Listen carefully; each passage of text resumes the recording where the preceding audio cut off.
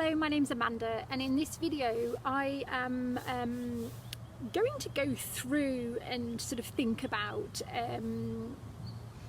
some of the things that I've been reading about trauma and dealing with the bad side of life.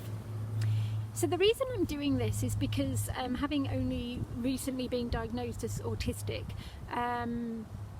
it's sort of shed a light on the fact that quite a lot of things about my life have felt quite traumatic, and I want to examine that. I want to examine where those feelings come from and where those responses to, you know, what I'm perceiving as trauma, where they originate. And I'm doing that because that's how I think, that's how I am, and partly that is, I guess, because of whatever the traumas are, some of them in particular, and also partly because of how my brain works as someone who is autistic.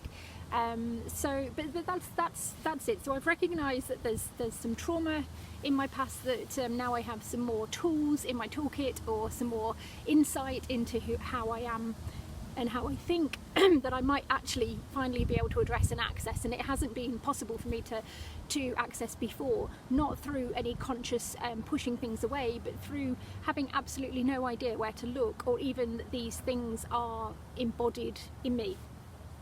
So anyway, what I've been doing is I started off by having a look at, you know, maybe how we're born, so our instincts. And I don't want to use psychology language because I'm not a psychologist. I'm doing this for myself and my own self-growth. But, you know, the sense of who we come out with, who we're born, how we're born into this world. So we've got that, and, you know, the instincts and whatever. And then our sense of self, which is, I guess, born or grows from our interaction with the world. So responding to things that are happening, either responses from people or environments or whatever. And then on top of that, the social layering, which might be you know, the wider family or the family, and then the community, the country, whatever. So there's layers of our sense of self, I guess, and I'll be no different to anybody else. I mean, being autistic doesn't stop you from, you know, experiencing all of those different layers of self, I guess.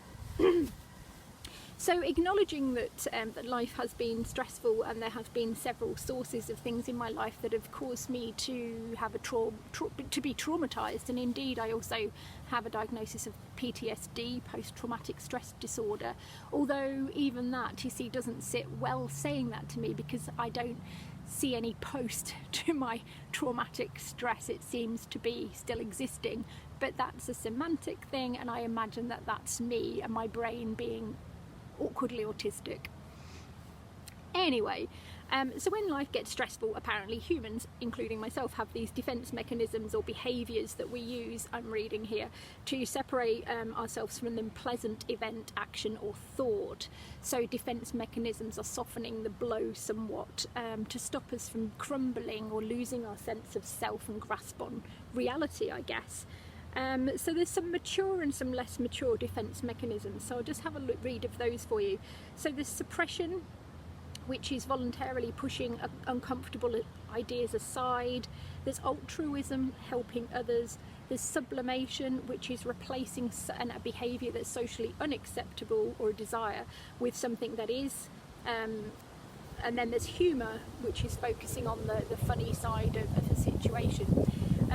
So with suppression, voluntarily pushing uncomfortable ideas aside might be making a conscious choice to not, making a conscious choice to not sort of, you know, ruminate on or obsess over, say, an exam that you're doing the next day. Now, as an autistic person, as myself, with my autistic skill set, I don't know how you do suppression. If I'm honest, I don't know. I really don't know, and I think this might be part of why I get stuck. This is a mature defense mechanism, and it seems to be one that I'm looking at, I'm reading, and I'm already feeling weird things in my body that I don't quite understand, and thinking, I really instinctively think I'd struggle with suppression. If anything, what I tend to do when I've got uncomfortable thoughts is overly examine them. So rather than, you know, push them aside for a bit and have a rest, I tend to immerse myself in them. So that's not mature, apparently, or maybe we'll see. Altruism, alleviating negative feelings of yourself by helping others.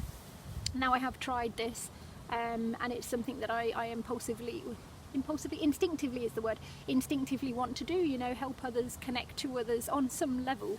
But often that can leave me feeling worse about myself, and it can be traumatizing to get involved with and help others. So for example, every time I've joined a club or an organisation, anything where there's a social element to it, I have quickly found that some of the social problems that I have just come up and get in the way. So the act of helping and being a valued member of a team in society, doing something altruistic, is so traumatic, not because of that activity, but because of the socialising that goes on around participating in it. So altruism is a mature defence mechanism that I've tried, I think is a good idea, but personally I really struggle with as well, because it brings up so much pain for me. And the other one, the sublimation, replacing a socially unacceptable desire with an action that's similar but is acceptable. For example, instead of punching someone who's just annoyed you, you might go to the gym and work out really hard, or go for a long run or something like that. I recognise that as something that I can do, absolutely I can do, and it doesn't come too difficultly to me. It is an easy thing for me to access. So I think sublimation under most situations is something that I can do, and I recognise those pent up bits of energy, and I'm quite aware of not projecting those onto others. Another one which I feel very comfortable with is humour, so focusing on the humorous aspects of an uncomfortable or adverse situation. The example given here is, you know, if you're having an operation, you focus on the you joke about the operation, or you know, you just make a bit light of it, I guess. So again, I think I do find it, and that's something that I found myself doing. You know, I found out only yesterday that I have a back problem. I have damaged my back, and you know, it's quite easy for me to lighten, I suppose, the impact of that in a way that doesn't deny that it's a problem, but you know, that really helps me to deal with that. So they're the mature defence mechanisms, and these are the immature defence mechanisms. And I'll just reiterate, defence mechanisms are behaviours that people use to separate themselves from unpleasant events, actions or thoughts. And it's an unconscious or predominantly unconscious sort of thing that we do, directed towards inner conflicts. So we're defending ourselves, basically. We're using strategies to stop ourselves from getting hurt. And like I said, out of those 4 mature ones, I probably can access 2 and struggle with, or find they give me more problems with the other 2. The immature defence mechanisms are a lot. There's a lot of them, so I won't go through, well I will, but I won't, you know what I mean. Acting out, unacceptable, so attention-seeking behaviour, that kind of thing. That's one of them. Denial, refusal to acknowledge the reality of an experience. Displacement, which is transferring an undesirable or unacceptable idea or feeling for one person onto another person or object. Example given, if you're mad at work and your boss is annoying you, you come home and shout at the kids. That kind of thing. What I call kick the dog, which I don't mean kicking dogs. Dissociation, temporarily changes in memory, personality or consciousness to avoid emotional stress. Now out of those 4, I do that. So I do the dissociation. So acting out, not really, I don't tend to externalise anything that's going on. Denial, I don't know how to do that. I actually don't know how to deny. I might understand something incorrectly or miss some details, which might seem like I'm denying something to other people potentially, or misremembering something, but it's not a refusal to acknowledge something. That's not something that I'm capable of. You know, and displacement, kicking the dog, I can't do that either, because my rational, logical side cannot. I can't do that. I just can't do that, because I know I'm doing it. I sometimes feel like doing it, and I sometimes catch myself about to, you know, vent or inappropriately attribute something, or kick the dog, as it were. But I can't get anything out of it. It doesn't serve me at all, so I don't tend to do it. There's more: fixation, identification, intellectualization, and isolation of affect. I think I've mastered quite a few of them. Fixation, becoming obsessed with and attached to a person, animal, object, or event. Yes, this is me. So if something bad has happened, to be honest, I suppose this is supposed to be to distract you as a defense mechanism, but I turn it on its head and I just become hyper focused on the bad thing. So I become a bit obsessed with things. I absolutely do, and sort of, you know, just I avoid obligations by obsessing about the thing, which is pretty much what I'm doing now, to be honest. Identification, unconsciously mimicking the behaviour of someone who is more powerful and or influential. Used to do that as a kid, absolutely used to do that as a kid. So that's an immature defence mechanism that I identify as having definitely as a kid. Now, no, I don't. I don't think I do, but it's unconscious, so maybe I do, but I definitely don't think I do. Intellectualization, absolutely. So avoiding a distressing situation by focusing on facts and logic rather than emotions. Yes, absolutely I do. Emotions for me are something that I am not good at the moment. I need to learn, and when I say need, I should say want. I want to learn and become more connected. Isolation of affect, exhibiting a lack of emotional association with a stressful situation. 100% me, yes. And that has caused me problems in the past, because I can recall and recount very painful and traumatic situations that have happened, you know, even recently, without emotion or affect, which makes me seem like some kind of psychopath, to be honest. So I have those 4 immature defence mechanisms. Some more: passive aggression, projection, rationalisation, and reaction formation. So passive aggression, expressing negatively and performing below expectations as indirectly display of opposition. So you can do something, but you're not going to, because that's within your powers. So, you know, I can clean the house well, but I'm going to do a bad job because you don't deserve my best job, that kind of thing. I do not have the capacity to change the way I do things to teach someone else a lesson. I have the capacity to do things as I do them or not do them. That's it. And I think that's my autism. Projection, attributing one's own feelings to attributing one's own personally unacceptable feelings onto another person. I have done this. Oh, the sun is getting terrible. Let me just change the camera. Okay, so I've moved the camera. So we are up to projection, attributing one's own personally unacceptable feelings onto another person.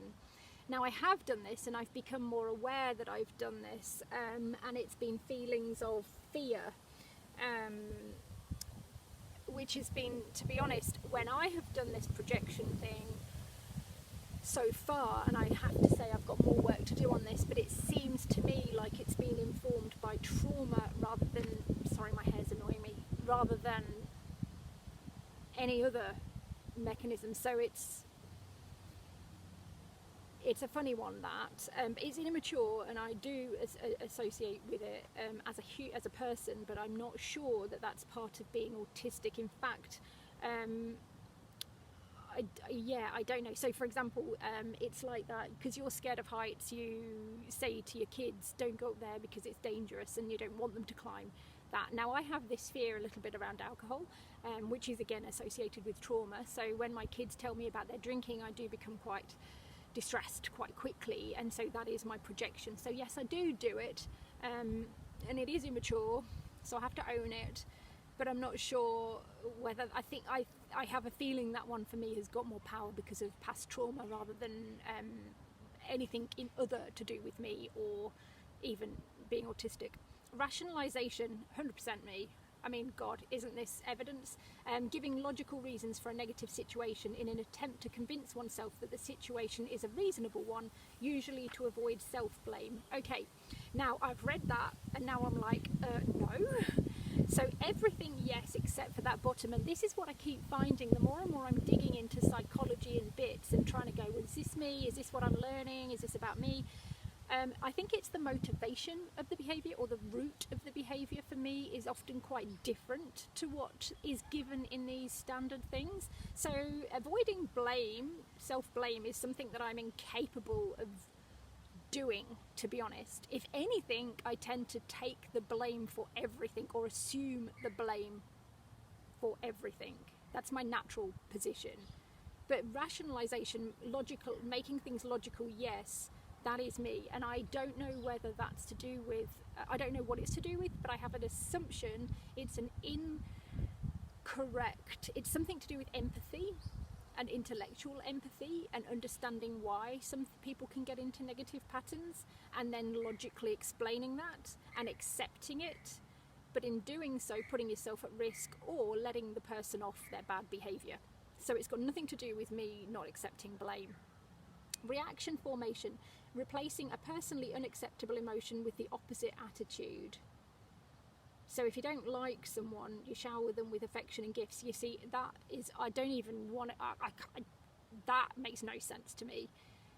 No, I don't think there's any person who knows me who would say that I could do that. I can't do that, and I have a feeling that is very autistic.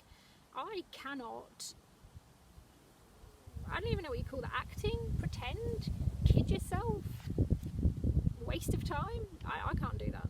That's not accessible to me. So bottom line is, mature defence mechanisms I seem to be able to access 2, or think that 2 would be achievable at 4. Immature defence mechanisms, so far we've had 4, 8, 12, and I can do some of them. I wouldn't have a clue about, or they're not accessible to me, others. And there's a couple of them where I'd be doing them and it'll be presenting in the same way, but for a different root cause. The last 3 actually on this immature defence mechanisms are regression, repression and splitting. Regression is reverting to childlike behaviours such as illness, punishment, whatever. I guess I would have done that as a kid, but it's age appropriate for a kid. I don't think I do that now. In fact, I often think, why can't I just get sick like other people when they're stressed? Nothing seems to kill me. And I'm saying that as a joke. It's a dark humour thing, in case it wasn't obvious. I don't want to get sick. I rarely get sick. I get little sick, like even now my voice is going a bit, but I'm not, I rarely get full-blown sick. I'm very resilient, to the point of it being annoying sometimes, because I'm like, oh, if only I could regress.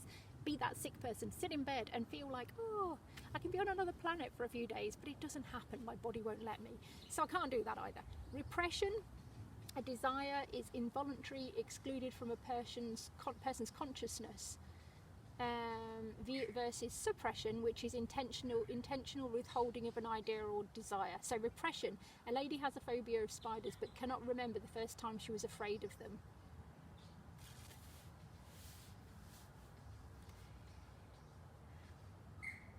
I'd have to say with that one, I don't know. I don't think that's something, it doesn't seem like it's flowing easily as something I can attach to myself. I think I find that hard. If anything, I'd remember I do remember a spider crawling over me. I do remember, and I was about 11 and I was watching a James Bond movie and a house spider in England crawled across my face, and after that I did start to get a bit phobic of spiders, but then I decided that was a stupid thing, because not like the logic kicked in and I talked myself out of the phobia, and I'm not scared of spiders at all, and I wasn't before. So I don't think so. Splitting is the last one. Labelling people or situations as either purely bad or purely good. A patient believes so you're either a good or bad person. Splitting things up. Yes, I think that was probably something I did as a kid, and again, I think that's age appropriate as a kid, because things are quite simple, especially for me. I'm not rationalising it, but yeah, I guess so. But as an adult, no, I can't. I don't really. I struggle with that. I want things to be more black and white. I do. I think that would make my life easier. Oh, birdies. But it's not. They're not.